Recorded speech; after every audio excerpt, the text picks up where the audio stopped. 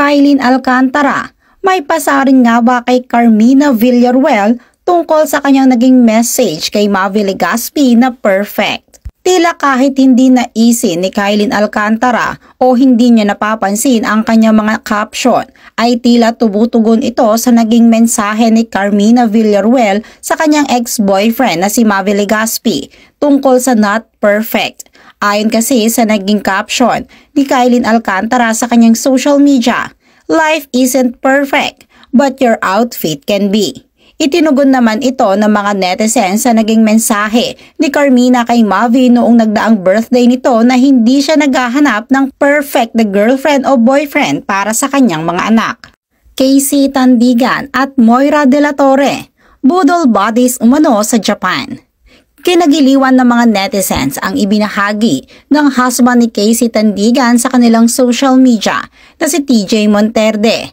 Ayon kasi sa naging conversation umano ni Moira at ni Casey. Ani ni Casey, "Ay, ganda niyan, Moy. Bili ka, bili rin ako." Ang naging sagot naman umano ni Moira. Kaya naman ang ending ay napakarami nilang napag-shopping sa Japan. Budol bodies nga umano ito ayon kay TJ Monterde.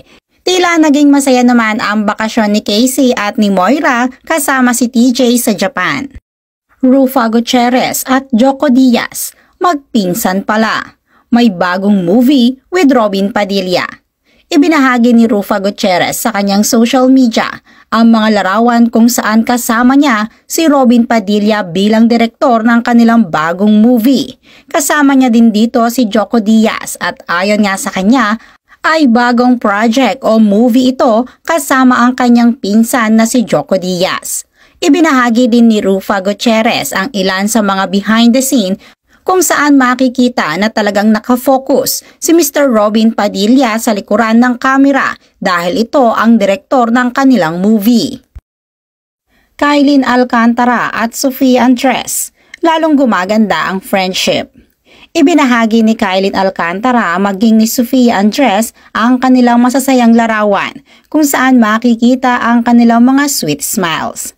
Komento nga ng ilang netizen ay tila nagiging super close ngayon si Sofia Andres at si Kailin Alcantara.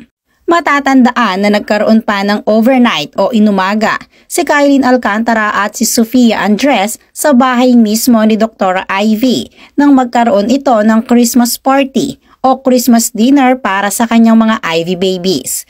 Tila lalo pang gumanda ang friendship nila.